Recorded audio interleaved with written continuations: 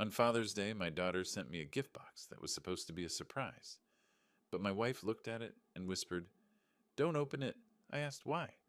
"Can't you see?" I looked closer and froze in shock. 10 minutes later, the police arrived. You won't believe what was in the box. Before we continue, please subscribe to the channel and let us know where you're listening in the comments. Dad, do you even understand that I need the money now, not after you die? The coffee cup shattered on the hard wooden floor. Brown liquid spilled onto the Persian rug. Samantha's face flushed, and her manicured fingers still trembled from dropping the cup. I gripped the inheritance documents tighter. 30 years of careful planning, reduced to weapons in my daughter's desperate hands. The papers crinkled under my white knuckles. Samantha, I'm not an ATM. You'll get your inheritance when the time comes. Peter lounged deeper into our leather sofa, his smirk widening. Come on, Will. She's your only daughter. What's a few thousand to help us out? A few thousand. The man had no shame. Last month it was gambling debts. Before that, Samantha's shopping sprees. The requests never stopped, only grew bolder. Help you out?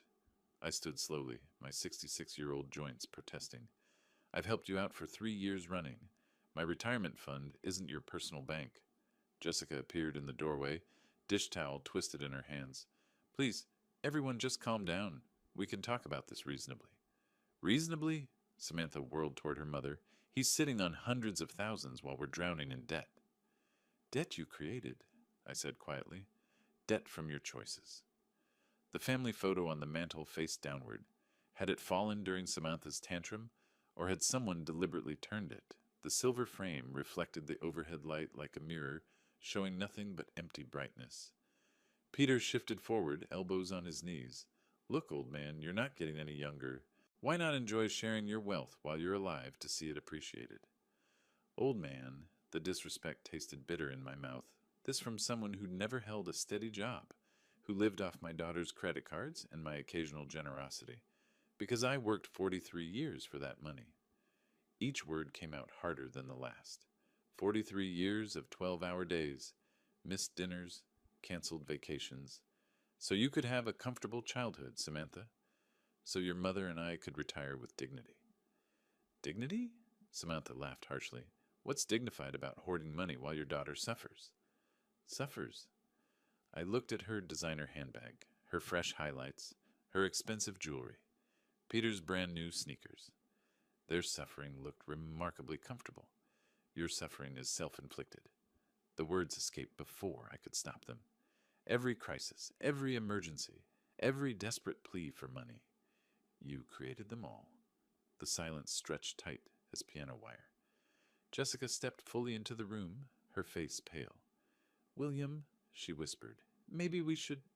Should what? Samantha's voice cracked like breaking glass. Should keep enabling your selfishness? Should keep pretending you're a loving father instead of a greedy miser? The accusations hit like physical blows. Greedy, selfish, unloving, 40. 3 years of sacrifice. And this was my reward. Peter stood up, his expression shifting to something uglier. You know what I think, Will? I think you enjoy watching us struggle. Makes you feel powerful, doesn't it? Get out. The words came from somewhere deep in my chest. Both of you, get out of my house. Your house? Samantha's eyes glittered dangerously. This house that Mom helped to pay for? This house where I grew up? You can't just kick out your own daughter. Watch me. But she wasn't moving. Neither was Peter. They stood there like predators who'd caught the scent of weakness, waiting for me to back down, waiting for the usual apology, the usual compromise, the usual check written to buy temporary peace. Not this time. I walked to the front door and opened it wide. Cool evening air rushed in, carrying the scent of honeysuckle and the distant sound of neighbors' laughter. Normal families having normal conversations. How long had it been since we'd laughed together? Samantha, I said without turning around, take your husband and leave. Don't come back until you're ready to have a respectful conversation about your financial problems and your solutions that don't involve my wallet. You'll regret this, she hissed, grabbing her purse. When you're old and sick and need someone to take care of you, remember this moment? Remember how you chose money over family? Her heels clicked across the hardwood like gunshots. Peter followed, pausing at the threshold. This isn't over, old man. he muttered. Family doesn't abandon family. The door slammed hard enough to rattle the windows. The silence felt heavier than their shouting had. I stood frozen at the front door, my hand still gripping the brass handle. Through the decorative glass panels, I watched Samantha's BMW reverse aggressively out of our driveway, tires spinning on the asphalt. Jessica's soft footsteps approached from behind. William. I turned slowly. The living room looked like a battlefield. Coffee stains darkened the Persian rug we'd bought for our 20th anniversary. Inheritance documents lay scattered across the hardwood floor like fallen leaves. The overturned family photo caught the lamplight, its silver frame winking mockingly. 43 years, I whispered, more to myself than to her. What? 43 years I worked. Overtime shifts during her high school years so she could have new clothes, college textbooks, that car for her 16th birthday. My voice caught. The wedding we couldn't afford but paid for anyway. Jessica picked up the scattered papers, her movements careful and deliberate. She's struggling, William. The gambling problem is her choice. The words came out sharper than I intended. Every casino visit, every online bet, every lie about where the money went, her choices. I walked to the mantel and righted the family photo. 5-year-old Samantha smiled back at me, gap-toothed and innocent, sitting on my shoulders at the county fair. When had that joyful child become this manipulative stranger, demanding my life savings? Remember when she wanted that dollhouse for Christmas? I asked, touching the glass. The one from the expensive toy store downtown. I worked double shifts for 2 months to afford it. Jessica's silence was answer enough. We both remembered, just like we remembered the ballet lessons, the summer camps, the brand-name shoes because her friends all had them. Every sacrifice made gladly for our daughter's happiness. And now she throws coffee mugs at me because I won't hand over my retirement fund. She didn't throw it at you, William. She threw it at the floor. The distinction felt meaningless. The violence was the same, whether aimed at me or my possessions, the disrespect identical. I bent down and picked up one of the inheritance documents. The legal language blurred as I read it, but I knew every clause by heart. Years of careful planning, conservative investments, delayed gratification. All so Samantha would be financially secure after we were gone. Peter's influence, Jessica said quietly. He fills her head with these ideas about what we owe her. Peter didn't create her greed. He just gave it permission to show itself. The harsh truth hung between us. Our daughter had become someone we barely recognized, and we'd enabled it by always giving in, always writing the check, always smoothing over her latest crisis with our money. My phone buzzed, a text message from an unknown number, but I recognized the writing style immediately. Dad, I hope you're happy. Kids need winter coats and school supplies, but apparently your precious money is more important than your grandchildren. Don't expect to see them anytime soon. Grandchildren, the ultimate weapon in Samantha's arsenal. Emma and Jake, 8 and 6 years old, innocent casualties in their mother's war for my wallet. She knew exactly where to strike to cause maximum pain. I showed Jessica the message. Her face crumpled. She wouldn't really keep them away from us, would she? But we both knew she would. She'd done it before, during smaller arguments. A week here, 2 weeks there. Whenever we didn't immediately comply with her financial demands, the children used as bargaining chips in her endless quest for money. William, maybe we should reconsider. No. The word came out like a gunshot. No more. I won't be held hostage by threats about the grandchildren. I won't teach Emma and Jake that love can be bought, that family relationships are transactions. Jessica flinched at my vehemence. In 38 years of marriage, she'd rarely seen me this angry. Even during our worst arguments, I'd never spoken with such cold finality, but something had shifted tonight.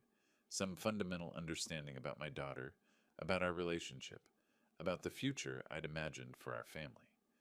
The illusion of loving sacrifice had shattered as completely as that coffee mug. My phone buzzed again. 6 days later, I sat on our front porch with the Sunday paper, trying to find normalcy in the Father's Day morning routine. The coffee had grown cold in my mug, but I held on to it anyway, watching neighbors emerge for their weekend activities. The Hendersons were loading their car for what looked like a family outing. The Patels were working in their garden, their laughter carrying across the quiet suburban street. Jessica moved around inside the kitchen, the soft clatter of breakfast dishes drifting through the open window. We'd spent the week in careful conversation, dancing around the Samantha-shaped hole in our family dynamic. Neither of us had heard from her since that night. No calls, no texts, no surprise visits demanding money or reconciliation. The silence felt unnatural. In 3 years of financial crises, Samantha had never gone this long without contact. Usually by day 3, she'd be calling with apologies and smaller requests, testing the waters before launching into her next major plea for money. But this was different. The completeness of the silence felt deliberate, calculated, almost like the calm before a storm. Part of me felt relieved, part of me worried. The rumble of a delivery truck broke through my thoughts. I looked up from the sports section to see a brown UPS vehicle slowing in front of our house. Strange. We weren't expecting anything, and Sunday deliveries were rare unless someone paid extra for weekend service. The driver hopped out, consulted his handheld device, then grabbed a medium-sized box from the back. He approached with the professional efficiency of someone working holiday overtime. "William Carr? That's me." "Happy Father's Day," he said, offering the package and his electronic clipboard. "Someone must think highly of you to pay for Sunday delivery." I signed my name, studying the shipping label as he walked away. No return address visible, just generic shipping information. The box felt surprisingly light for its size, roughly the dimensions of a shoebox, but weighing maybe 2 pounds at most. "Who's that from?" Jessica called from the kitchen doorway, wiping her hands on a dish towel. "No idea." I carried the package inside, setting it on the coffee table where inheritance documents had scattered just 6 days earlier. "No return address?" She approached, her expression curious but cautious. Jessica had always been more suspicious of unexpected deliveries than I was. Too many years of hearing about package bombs and mail fraud on the evening news. "Maybe it's from the grandchildren," she suggested, but her tone lacked conviction. Emma did ask about Father's Day when we saw them last month, before Samantha had weaponized them against us, before the threats and ultimatums. I pushed those thoughts away. "Could be," I agreed, though something felt off. The timing seemed too convenient, too calculated, and Emma wouldn't have paid for special Sunday delivery. Jessica leaned closer, examining the box with the methodical attention she brought to everything from grocery shopping to crossword puzzles. Her fingers traced the edges of the shipping label. "William," she said slowly, "don't open it." "Why?" She pointed to something I'd missed entirely in my casual handling. "Can't you see the holes? They're for breathing, which means something alive is inside." My stomach dropped. Now that she'd pointed them out, I could see tiny punctures in the cardboard, barely visible unless you knew to look. Small, precise holes that someone had clearly made on purpose. "Breathing holes," I repeated, my voice flat. "Something's alive in there," Jessica confirmed, backing away from the coffee table. "The question is what?" We stood there in our living room, staring at the innocent-looking package, as if it might suddenly sprout legs and run away. The morning sunlight streaming through our windows seemed less warm now, the suburban quiet more ominous. "Who would send us something alive?" Jessica whispered, but even as she asked the question, I felt a cold certainty settling in my chest. The timing, the anonymous sender, the Sunday delivery that ensured we'd be home and unsuspecting. This wasn't a gift. This was something else entirely. From inside the box came the faintest sound, a soft rustling that made us both freeze. The sound stopped as quickly as it had started, leaving us in tense silence. Jessica grabbed my arm, her fingernails digging into my skin through the cotton of my polo shirt. "Did you hear that?" she breathed.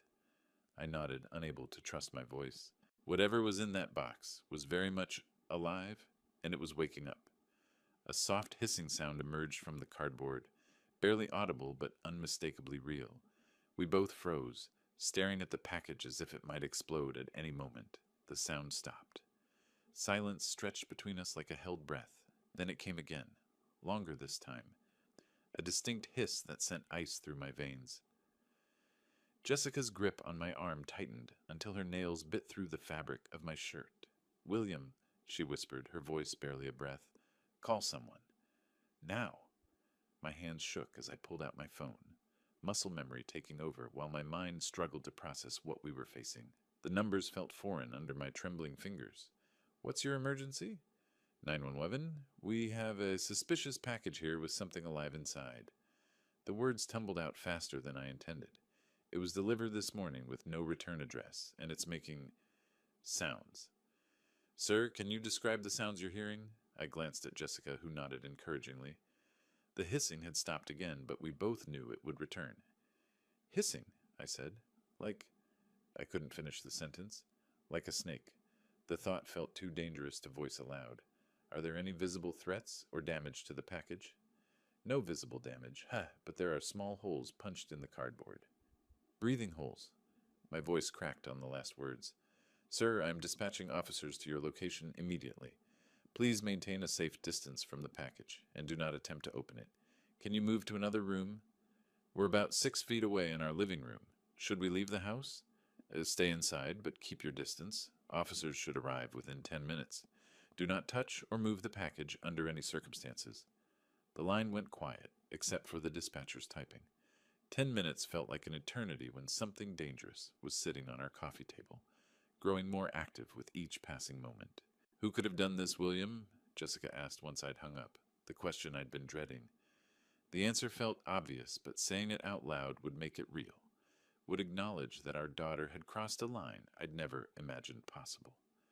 I'm afraid to guess, I admitted, but my mind was already there, connecting dots I didn't want to see. The timing on Father's Day wasn't coincidental. The anonymous sender who knew our address, our schedules, our vulnerabilities, someone angry enough about our recent argument to plan something this elaborate, this cruel. Another sound from the box made us both step backward, not just hissing this time, but a rustling that suggested movement, something shifting position inside the confined space. The argument, Jessica said quietly. 6 days ago, she was so angry when she left. She didn't need to say Samantha's name. We were both thinking it, both arriving at the same horrible conclusion through different paths of logic and dread. But this? I gestured at the package. This isn't anger. This is something else. Revenge. The word hung unspoken between us. Too ugly to voice, but impossible to ignore. Our daughter, the child we'd raised and supported and loved despite her flaws, had sent us something designed to frighten or harm us. The box rustled again, more insistently this time. Whatever was inside was definitely awake now, probably confused by its surroundings, possibly agitated by our voices and movement. What kind of person does this to their own parents? Jessica's voice broke on the question. Someone desperate, I said, though the words felt inadequate. Someone who thinks they've been wronged. But deep down, I knew it was more than desperation. This required planning, calculation, a level of malice that spoke to something broken in the relationship between parent and child. Samantha hadn't just lashed out in anger. She'd crafted a deliberate act of psychological warfare. The sound of car doors slamming outside made us both jump. Through the front window, I could see a police cruiser in our driveway, 2 officers walking toward our door with the purposeful stride of people trained to handle dangerous situations. Relief flooded through me so quickly it made my knees weak. Professional help had arrived. Soon, whatever nightmare lurked in that innocent-looking package would be someone else's responsibility to handle safely. The doorbell rang, sharp and authoritative, in the tense quiet of our home. I opened the door before Officer Todd Reeves could knock a second time. His presence filled the doorframe, tall, solidly built, with the practiced alertness of someone who'd handled domestic emergencies. The nameplate on his uniform read T. Reeves. Mr. Carr, I'm Officer Reeves. We received your call about a suspicious package. Yes, thank you for coming so quickly. I stepped aside to let him enter. It's in the living room. He wiped his boots on our welcome mat before crossing the threshold. Jessica appeared in the hallway, still wearing her apron, hands twisted nervously. Officer, we're just so grateful you're here. We didn't know what else to do. You did exactly the right thing, ma'am. His voice carried calm authority. Can you show me the package? We led him to the living room, where the box sat on our coffee table, looking smaller now that professional help had arrived. Officer Reeves approached carefully, pulling latex gloves from his utility belt. When did this arrive? About 35 minutes ago, I said. Sunday delivery. Someone paid extra for weekend service. He examined the shipping label without touching the box. No return address visible, and you heard sounds coming from inside. Hissing? Jessica said quietly. Like... She couldn't finish. Like a snake, Officer Reeves completed matter-of-factly. I've handled similar situations before. Usually non-venomous, but we take every precaution.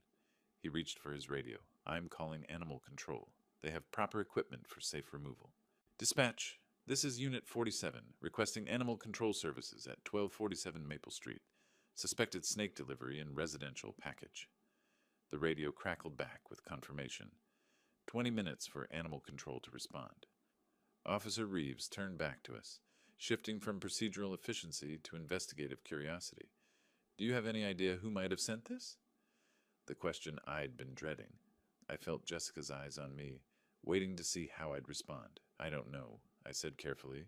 Probably just some kids playing pranks. His gaze sharpened slightly. Kids would need access to live animals, shipping materials, knowledge of your address.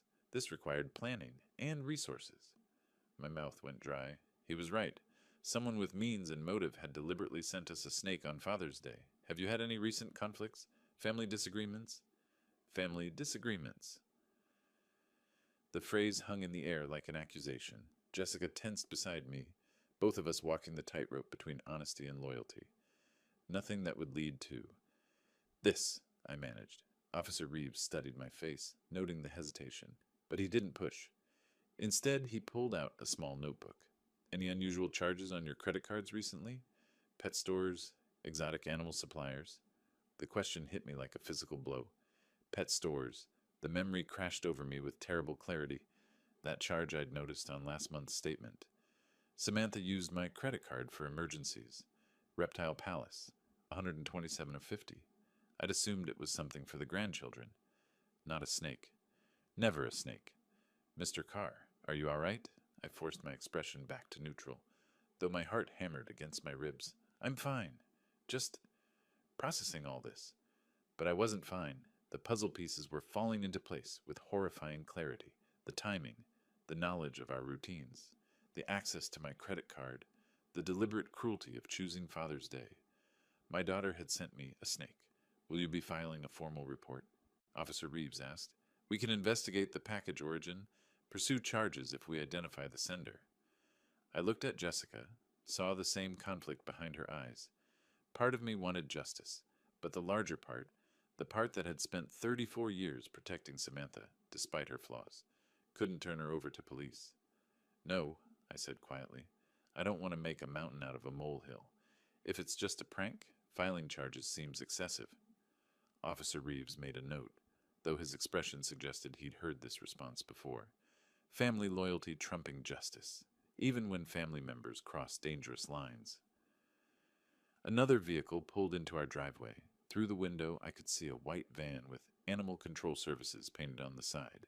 That'll be Mike Johnson, Officer Reeves said. Best wildlife specialist in the county. He'll have this resolved safely within the hour.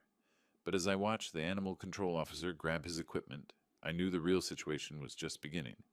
Mike Johnson from Animal Control worked with the methodical efficiency of someone who'd handled stranger situations than ours. Within 20 minutes, he'd safely extracted a 3-foot corn snake from the shipping box, confirmed it was non-venomous, and loaded it into a secure carrier for transport to a local reptile rescue. Beautiful specimen, he said, securing the carrier in his van. Someone paid good money for this one. Corn snakes make excellent pets when properly cared for. Shame someone used it for whatever this was. Officer Reeves shook hands with both of us before departing. Call if you remember anything else about possible senders, Mr. Carr. Even pranks like this can escalate if left unchecked. I nodded, maintaining the facade of cooperation while my mind churned with darker possibilities. Both vehicles disappeared down our quiet suburban street, leaving Jessica and me alone with the morning's aftermath. The living room felt different now, violated somehow despite the professional cleanup. The coffee table bore faint water stains where Mike had disinfected the surface. The scattered inheritance documents had been restacked neatly, but their symbolic power had shifted. They were no longer tools of family planning, but evidence of the betrayal that had triggered this morning's events. Jessica busied herself in the kitchen, running water in the sink with unnecessary vigor. Stress cleaning, her standard response to family crises. I stood at the front window, watching the Hendersons return from their Father's Day outing, their car loaded with picnic gear and children's laughter. Normal families. Normal Sunday mornings. Normal fathers who didn't receive venomous surprises from their daughters. The credit card charge burned in my memory like a brand. Reptile Palace, $127.50, 3 weeks ago, right after our argument about the inheritance. Perfect timing for planning revenge. My phone felt heavy in my hands as I scrolled to Samantha's contact information. Her smiling photo looked back at me, a picture from Emma's birthday party last year, before the financial demands had escalated, before the threats about grandchildren access, before this morning's snake delivery. "Are you really going to call her?" Jessica asked quietly from the kitchen doorway. "I need to know for certain. And if she admits it?" The question hung between us like a challenge. What would I do if my suspicions were confirmed? What action could a father take against a daughter who'd crossed such a fundamental line? I didn't have an answer yet, but I knew the conversation was necessary. The phone rang twice before she picked up. "Dad?" Samantha's voice carried artificial brightness, the tone she used when she wanted something or was hiding something. "How's your Father's Day going?" My grip tightened on the phone. How's my Father's Day going? If she was innocent, the question was natural. If she was guilty, it was cruel mockery. "Interesting morning, actually." I kept my voice neutral, conversational. "Samantha, you wouldn't happen to know anything about a strange Father's Day gift?" "No, Dad. What happened?" Her response came quickly, almost too quickly. But it was what happened next that confirmed my worst suspicions. In the background, unmistakably, I heard Peter's quiet laughter. Not the surprised chuckle of someone hearing unexpected news, but the satisfied snicker of someone who thought they'd gotten away with something clever. The sound hit me like a physical blow. All doubt vanished in that moment of careless amusement. My daughter had sent me a snake, and her husband found it entertaining. "Just some confusion with the delivery," I said, fighting to keep my voice steady. "Nothing important. I should let you go." "Are you sure everything's okay? You sound strange." Strange.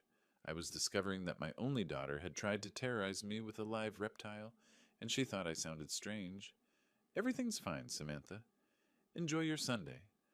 I ended the call before she could respond, before my carefully maintained composure could crack completely. The phone trembled in my hands as the full weight of betrayal settled over me. Jessica appeared at my side, reading my face with the intuition of 38 years of marriage. "You heard something?" Peter laughed. The words came out flat, emotionless, in the background. When she asked what happened, he laughed like it was the funniest joke he'd ever heard. Her hand found my arm, a steadying presence in the shifting landscape of our family dynamics. "What are you going to do?"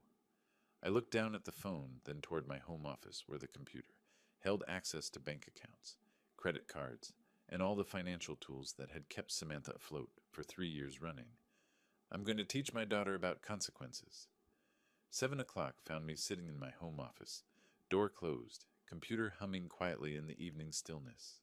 I'd spent the afternoon in careful thought, walking through our neighborhood, reviewing 30 years of financial decisions that had brought us to this moment. The anger had settled into something colder, more purposeful. My desk held the accumulated evidence of a father's generosity. Bank statements showing monthly transfers to cover Samantha's rent. Credit card bills I'd paid without question. Insurance premiums, car payments, emergency loans that were never repaid. 3 decades of enabling disguised as love. The leather portfolio beside my keyboard contained documents I'd reviewed dozens of times.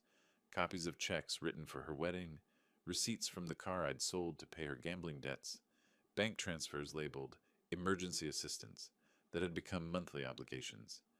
Each piece of paper told the same story of a daughter who had learned to see her father as an endless source of money rather than guidance. The computer screen glowed as I navigated to our online banking portal. My fingers moved steadily across the keyboard, typing the familiar passwords I'd never shared with Samantha, though she'd managed to access plenty without them. First, the credit card account. the same one that showed the Reptile Palace charge from 3 weeks ago. Samantha appeared as an authorized user, a status I'd granted her during college for emergencies.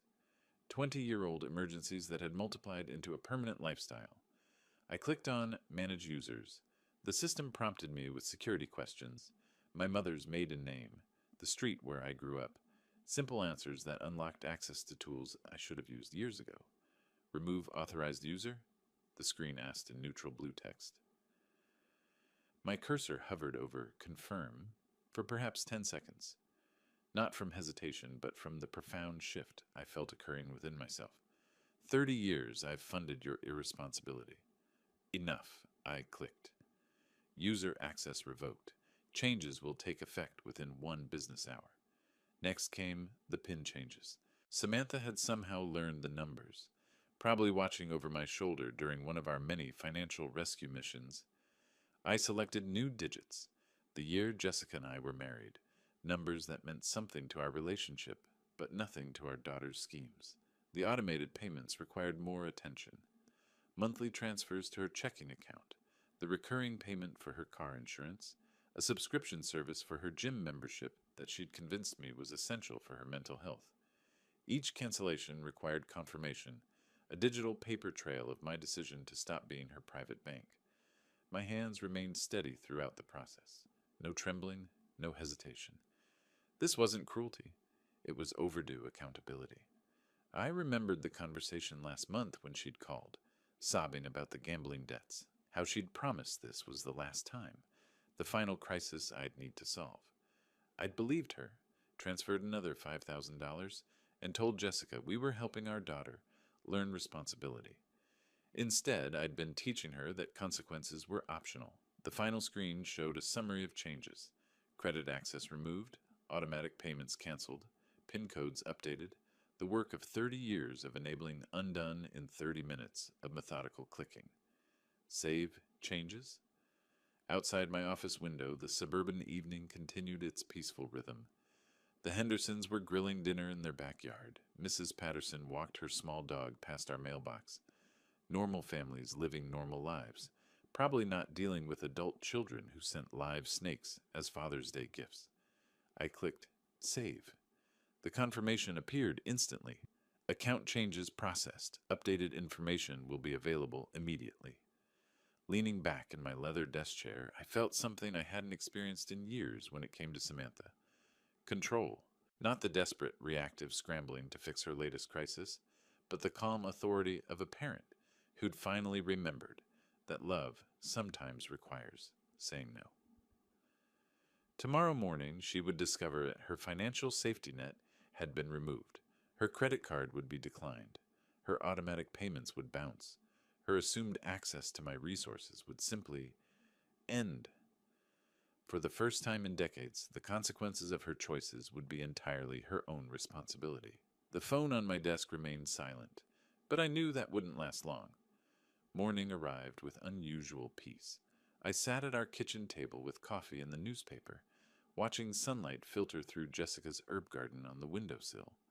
For the first time in years, I felt no anxiety about potential financial emergencies, no dread of manipulative phone calls.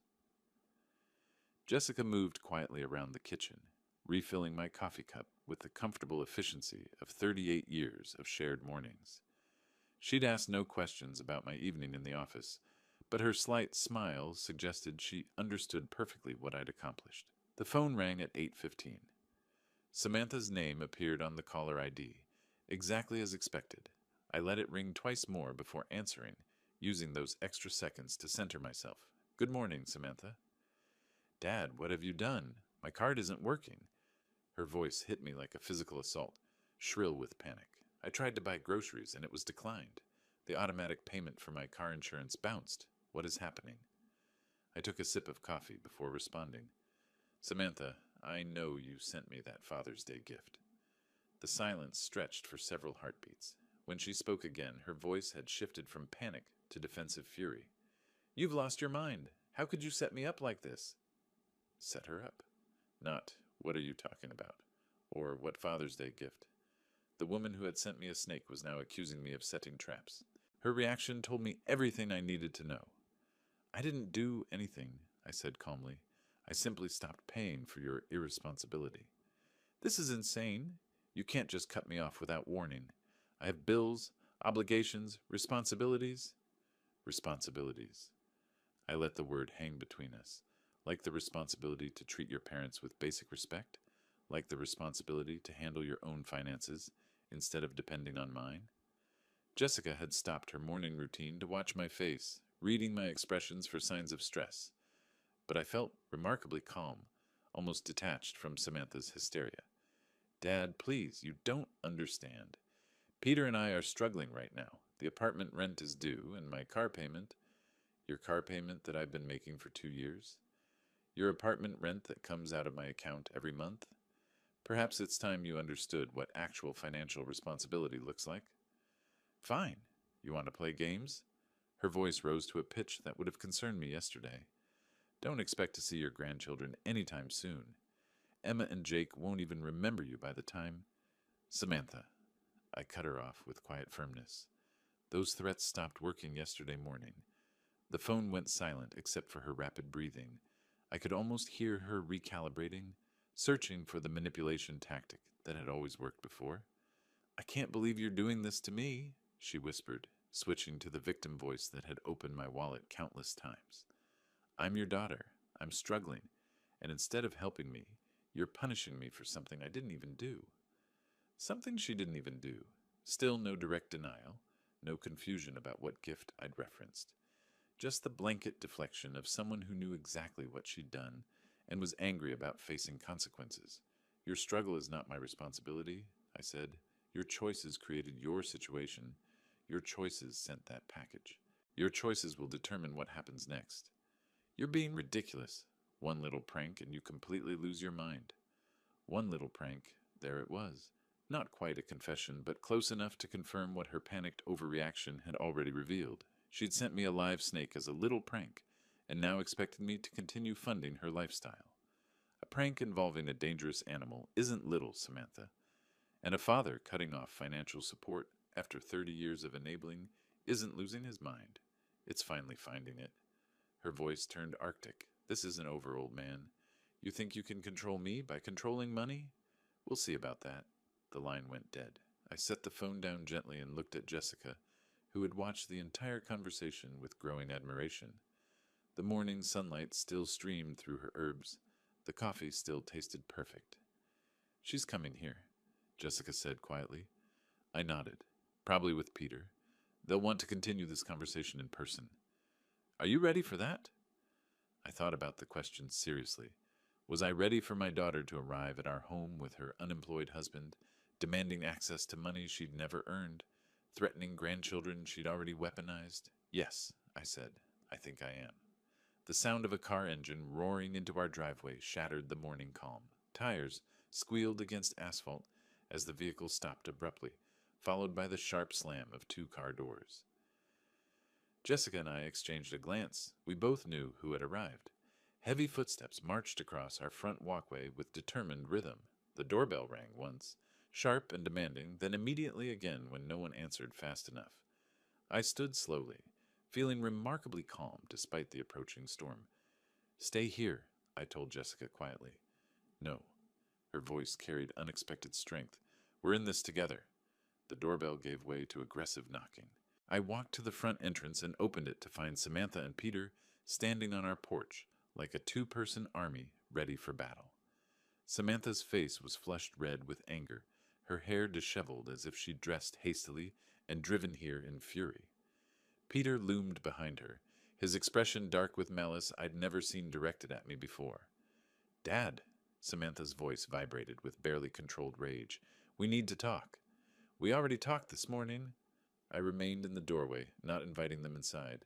I thought I was quite clear. Clear? She laughed harshly. You were insane. You can't just cut me off because of some ridiculous misunderstanding about a Father's Day package. Even now, standing on my doorstep demanding money, she couldn't bring herself to admit what she'd done. There's no misunderstanding, Samantha. You sent me a snake, I responded appropriately. Peter stepped forward, his bulk filling more of the doorway. Look, old man, maybe you didn't think this through properly. Samantha has expenses. responsibilities. Kids need things. Kids whose mother threatens to keep them away from their grandparents when she doesn't get money, I replied evenly. Samantha's face contorted with desperate fury. Fine. You want to play hardball? You'll never see your grandchildren again. Emma and Jake will grow up knowing their grandfather chose money over family. The words that had once been my greatest fear now felt powerless against the clarity I'd gained. I looked at my daughter and saw not the child I'd raised, but the manipulative stranger she'd become. Samantha, I said quietly, that's not a threat. That's a blessing. The shock on her face was complete. This was not the response she'd expected, not the devastating blow that had always brought me to my knees before. Peter's mouth fell open. You... What? Samantha stammered. If you're the kind of person who uses children as weapons against their grandparents, then perhaps it's better that they're not exposed to that kind of manipulation while they're young. Peter's expression shifted to something darker. He stepped forward, close enough that I could smell the anger radiating from him. We know where you live, old man, he said, his voice low and menacing. We know your routines, your schedule. You might want to reconsider your position. I felt Jessica tense behind me, but I remained perfectly still. Are you threatening me, Peter? I'm just saying that family relationships work both ways. You want to cut us off? Fine. But don't expect us to just disappear quietly. Actually, I said, that's exactly what I expect. And if you choose not to disappear quietly, that becomes a matter for the police rather than family negotiation. Samantha grabbed Peter's arm, perhaps sensing he was pushing into territory that could have legal consequences. But her touch didn't calm him. It seemed to fuel his aggression. You think you're so smart, Peter continued. You think cutting off our money makes you powerful. There are other ways to get what we need. I'm sure there are, I agreed. Like getting jobs, for instance. Novel concept, but people have been supporting themselves through employment for centuries. This isn't over, Samantha hissed, her desperation transforming into pure venom. You'll regret treating us like this. Family doesn't abandon family, and there will be consequences. There already are consequences, I said. You're living them right now. They stared at me for a long moment, perhaps finally understanding that no amount of threats, guilt, or manipulation was going to restore their access to my resources. The man who had spent 30 years being their personal bank had simply closed. Without another word, Samantha spun on her heel and stalked back to their car. Peter followed, but not before giving me one last menacing look. I watched them drive away, their car engine revving unnecessarily loud. Only when their taillights disappeared did I close the front door and turn to Jessica. Her face was pale, but her eyes held something I hadn't seen in years. Pride. We're going to need legal advice, I said.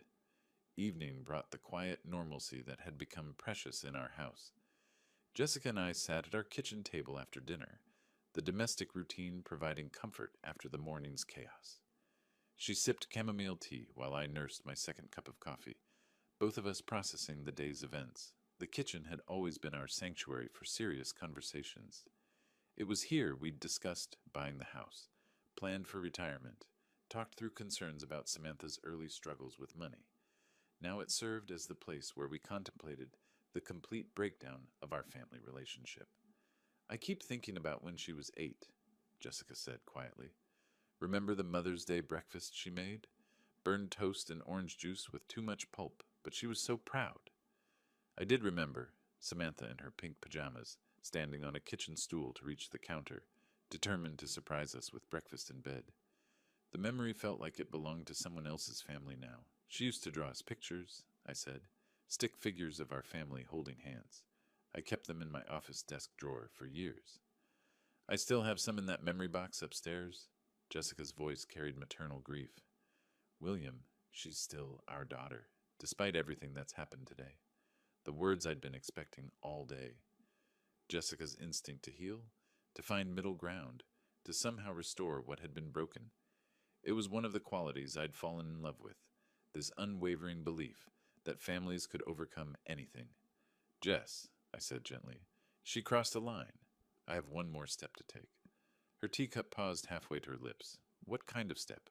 I looked at my wife's face, seeing the concern there, the hope that whatever I was planning might somehow bring our daughter back instead of pushing her further away. How could I explain that bringing her back was no longer the goal? Something permanent, I said. Something that ensures this morning's scene never happens again. You're talking about changing the will. It wasn't a question. Jessica knew me well enough to follow my thought process, to understand that legal protection was the only solution left. Among other things, yes. She was quiet for a long moment, wrestling with the implications. Changing our estate planning would be more than a financial decision. It would be a formal acknowledgement that our daughter was no longer trustworthy. The grandchildren, she said finally, Emma and Jake, will be better off not learning that love can be purchased with money. I reached across the table and took her hand. Jessica, what she did today wasn't desperation. It was calculated cruelty. The snake, the threats, the manipulation, that's who she's chosen to become. But if we cut her out completely, we protect ourselves from future abuse. We protect our marriage from constantly managing her crises. We protect our retirement from being slowly drained away by someone who sees us as a resource rather than parents. Jessica squeezed my hand, her thumb tracing across my knuckles, in the gesture that had comforted me through decades of smaller challenges. This wasn't a smaller challenge, though. This was the end of something fundamental. Will it stop her? She asked. If you change everything legally, will she finally leave us alone? It will remove her incentive for contact. No access to money, no inheritance to protect, no leverage to maintain. She'll have to find other people to manipulate. The pragmatism of it felt cold but necessary. Samantha would move on to easier targets, people who hadn't yet learned to recognize her patterns. I hate that it's come to this, Jessica whispered. So do I. But I won't spend our remaining years being held hostage by threats and manipulation. I won't let her destroy what we've built together. Outside our kitchen window, the suburban evening continued its peaceful rhythm. The Hendersons were walking their dog. Mrs. Patterson was watering her garden. Normal people living normal lives. When will you do it? Jessica asked. Tomorrow morning. I'll call Margaret Summers first thing. She's handled our legal work for 15 years. She'll know exactly what needs to be done to make it ironclad. Jessica nodded slowly, accepting the inevitable even as it broke her heart. And if Samantha finds out? She will eventually, but by then the legal protections will be in place. Her anger won't be able to touch us anymore. I stood up from the table, carrying our empty cups to the sink. Behind me, I heard Jessica's quiet sigh. Not disagreement, but grief for the daughter we'd lost. Tomorrow, I would take that final step. Tonight, I would hold my wife and let her mourn the family we'd thought we were. Margaret Summers' law office occupied the third floor of a granite building downtown, its walls lined with legal volumes that spoke of 15 years protecting families like ours. I sat across from her mahogany desk with a manila folder of documents, feeling calmer than I had in weeks. William, she said, removing her reading glasses, when you called this morning, you mentioned needing comprehensive legal protection. Tell me what's been happening. Margaret had handled our wills, property transfers, and Jessica's mother's estate. She knew us as the stable couple who planned ahead and paid bills promptly. What I was about to describe would sound like a different family entirely. I explained the inheritance argument, the snake delivery, the blocked credit cards, yesterday's threatening confrontation. Margaret listened without interruption, occasionally making notes, her expression growing more serious with each detail. Peter said they know where we live, know our routines, I concluded. It felt like a direct threat. She set down her pen and leaned back. William, this goes beyond a family disagreement. You're describing harassment and intimidation. We need to address this on multiple fronts. That's what I was hoping you'd say. Margaret pulled out a fresh legal pad. Let's start with your will. You mentioned wanting to restructure your inheritance? I want my money to go to my grandchildren's education, not to my daughter's casino, I said. That's a wise decision, William. Her voice carried professional warmth.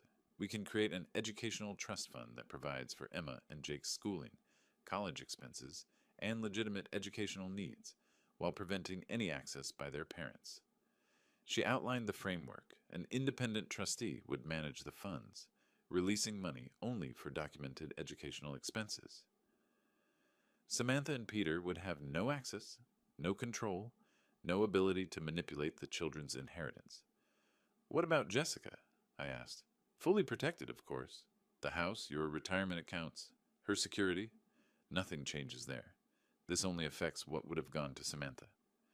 Next came the restraining order documentation. Margaret opened a new file and began systematically recording yesterday's confrontation, the threatening language, the escalating pattern that had culminated in actual intimidation. The snake incident is particularly concerning, she said, writing quickly. Using live animals to frighten elderly parents shows planning and malice that courts take seriously. How long does this process take? The will modifications can be finalized within the week. The restraining order can be filed today. Once it's granted, any contact from Samantha or Peter becomes a legal matter rather than a family dispute. I felt something release in my chest, a tension I'd been carrying for months. The weight of being perpetually available for Samantha's crises, of walking on eggshells to avoid triggering her threats, of enabling destructive behavior. All of it was ending. There's one more thing, Margaret said. Based on what you've described, I recommend documenting everything for potential future legal action.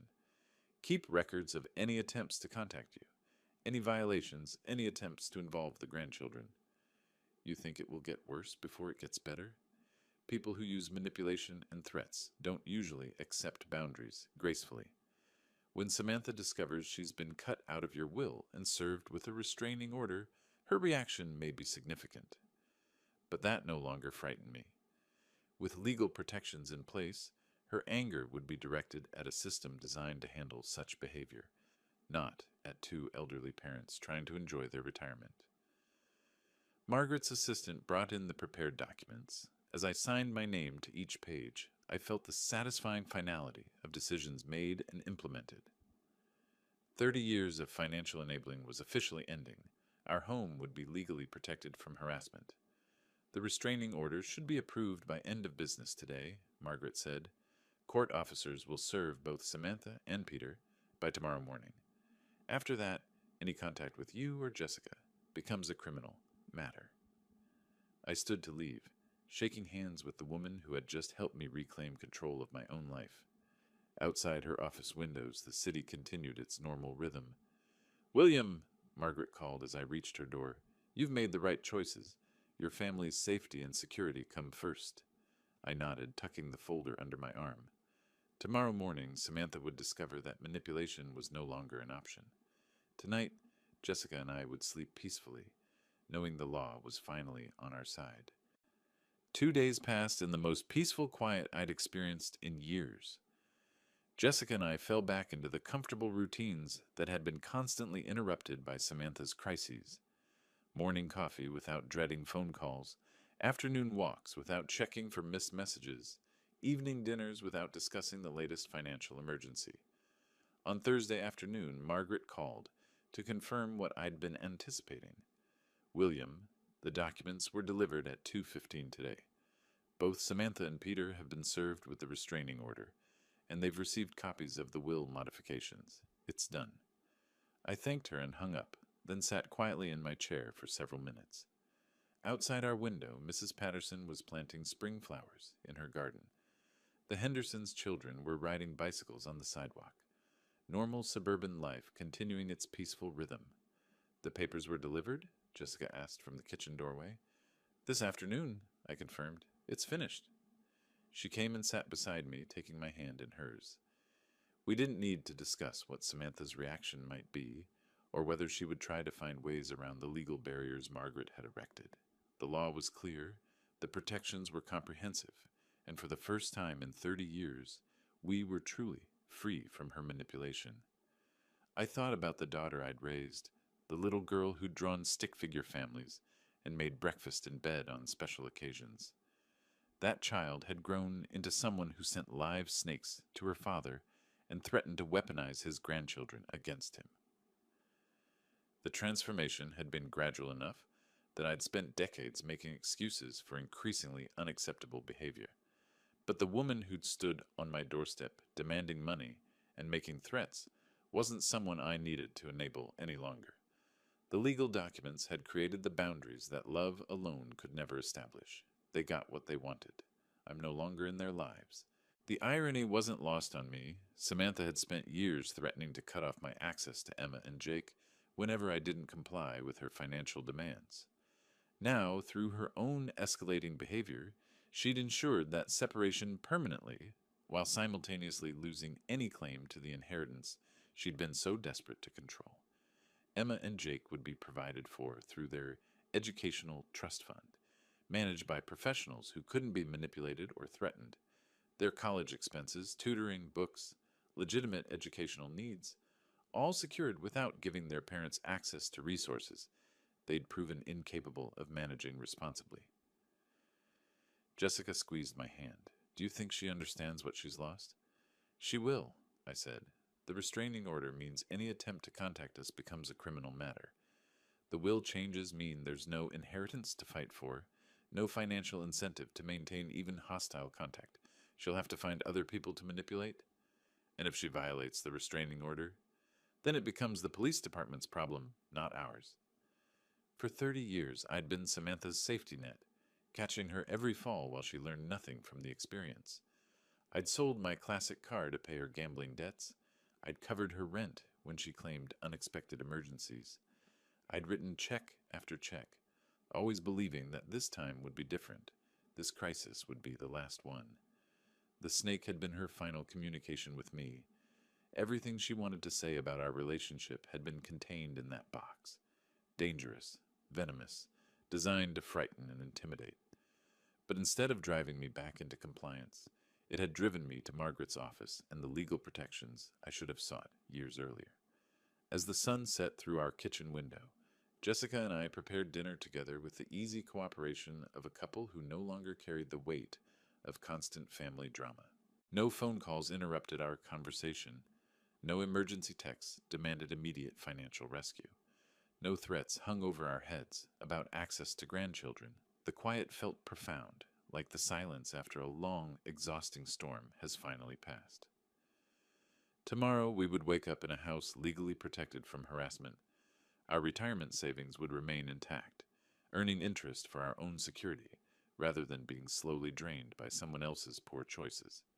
Our marriage would continue without the constant stress of managing an adult child's manufactured crises. I had reclaimed my role as a father who loved his daughter enough to refuse to enable her destruction of herself and others. Legal boundaries had replaced emotional manipulation. Professional consequences had replaced family guilt. The law had given me back my life. Tonight, for the first time in decades, I would sleep without wondering what tomorrow's crisis would cost me. If you like this story, please like this video, subscribe to the channel, and share your impressions of this story in the comments. To listen to the next story, click on the box on the left. Thank you for watching.